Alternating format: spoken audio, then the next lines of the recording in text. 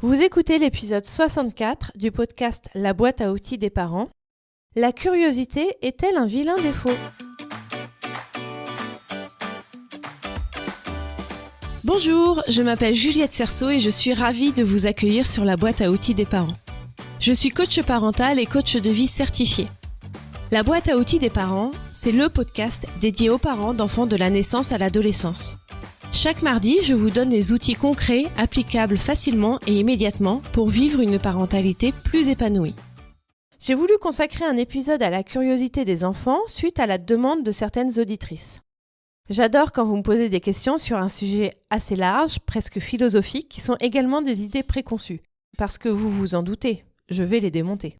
Les idées préconçues sont des croyances populaires. La curiosité est un vilain défaut est un dicton, un adage, une phrase toute faite, souvent déclamée en réaction à un acte ou une question. Comme si c'était vrai avec un grand V. Mais l'est-ce vraiment ? Est-ce que poser des questions, s'intéresser aux autres, au monde qui nous entoure, chercher, explorer, découvrir est un défaut ? La question posée ainsi apporte une réponse plutôt évidente. Non.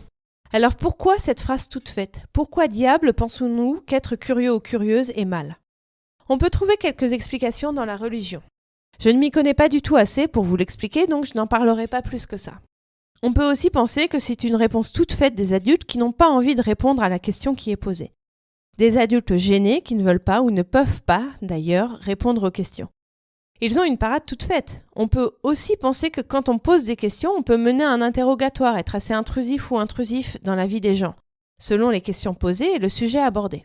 On peut aussi penser que quelqu'un qui pose des questions, qui s'intéresse à des choses qui sont en dehors de son domaine, sort du cadre, ne reste pas à sa place alors qu'il devrait y rester selon les attentes des autres ou les usages en cours.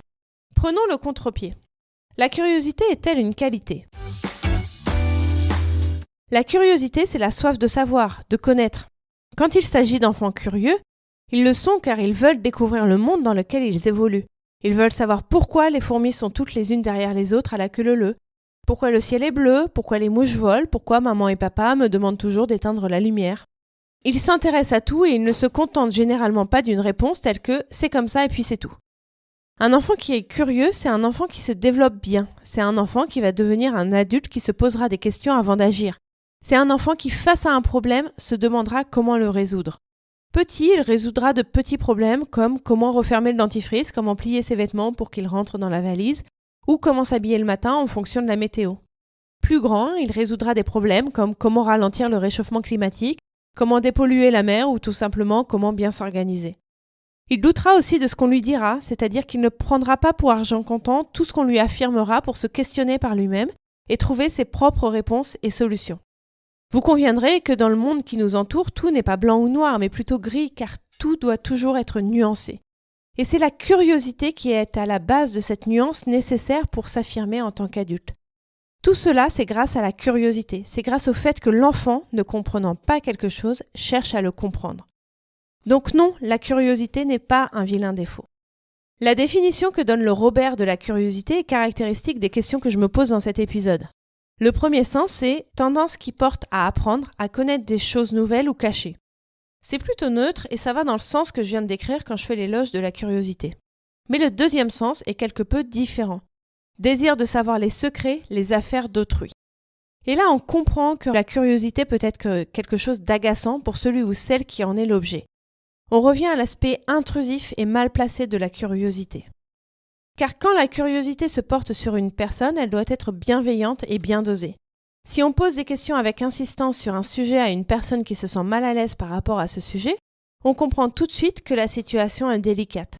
De même si la personne qui a obtenu des informations s'en sert à mauvais escient par la suite. C'est un apprentissage qu'il faut transmettre à ses enfants, ça c'est sûr. Mais entre ne jamais poser de questions et poser les bonnes questions au bon moment, il y a une différence. Devez-vous entretenir la curiosité de votre enfant ? Oui, 1000 fois oui, pour tous les bienfaits que ça aura dès maintenant et sur l'adulte qu'il deviendra demain. Et alors comment la cultiver justement cette curiosité ? Les occasions ne manquent pas. Je vous parlais tout à l'heure des fourmis qui sont à la queue leu-leu et qui se trouvent à peu près partout. Vous pouvez vous promener dans la nature, aller au musée, voir des films, des spectacles, écouter de la musique. Tout est propice à entretenir la curiosité de vos enfants. Quand vous ne connaissez pas la réponse, cherchez-la ensemble et rappelez à vos enfants qu'on apprend toute sa vie. On oublie aussi, donc il faut parfois réapprendre. Quand vous trouvez que la curiosité de vos enfants se porte sur un sujet qui ne les concerne pas, je vous conseille, au lieu de balayer la question d'un « ça ne te regarde pas » ou équivalent plus ou moins gentil, de leur expliquer avec des mots adaptés à l'âge de vos enfants de quoi il s'agit. Les enfants qui s'intéressent à ce que vous dites, même si vous ne le leur dites pas à eux, ce sont des enfants qui ont tout simplement envie de comprendre les préoccupations de leurs parents. Ce ne sont pas des enfants qui, avec des cornes sur la tête, ont envie de s'immiscer dans les affaires qui ne les regardent pas. Non, pas du tout. Ôtez-vous cette idée de velléité malveillante de la part de vos enfants. Il se peut aussi que le sujet sur lequel porte la curiosité de vos enfants soit trop complexe pour que vous parveniez à l'expliquer de façon à ce qu'ils le comprennent. Ça m'est arrivé l'autre jour quand les plombs ont sauté. Pourquoi l'électricité se coupe ? J'ai eu un peu de mal à l'expliquer à mon fils de 6 ans parce que je trouvais que ça appelait d'autres notions qu'il ne soupçonnait même pas. J'ai essayé de lui expliquer, mais je suis pas sûre qu'il ait bien compris.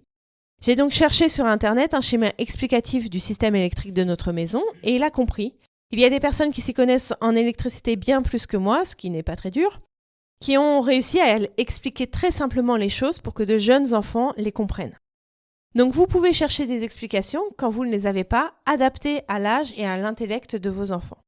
Vous l'aurez compris, la curiosité n'est pas un vilain défaut. Au contraire, elle permet aux enfants de développer des compétences dont ils auront toujours besoin. Il faut juste qu'elles soient bien dosées. Merci pour votre écoute. Vous retrouverez toutes les notions utiles sur le site internet BAO comme boîte à outils, baodesparents.com. Et vous pouvez vous inscrire à la newsletter pour être notifié chaque semaine des nouveaux épisodes et pour télécharger mon guide gratuit des 5 règles pour arrêter de crier sur ses enfants. Je vous offre également la liste des émotions que j'ai élaborées pour développer votre vocabulaire émotionnel. C'est la première étape pour pouvoir ensuite mieux accueillir vos émotions et celles de vos proches, à commencer par celles de vos enfants.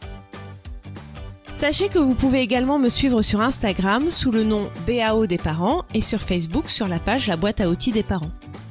Si vous avez aimé cet épisode, n'hésitez pas à me le faire savoir en déposant un avis 5 étoiles sur Apple Podcast. C'est vraiment ce qui va permettre à la boîte à outils des parents de remonter dans l'algorithme de recherche. C'est donc le meilleur moyen de me soutenir et de permettre à d'autres auditeurs de retrouver ce podcast plus facilement. Enfin, et après j'arrête, sachez que si vous voulez vivre dès maintenant la vie à laquelle vous aspirez, je propose un accompagnement personnalisé, peu importe votre besoin, que ce soit dans votre vie familiale, professionnelle, personnelle ou même sentimentale.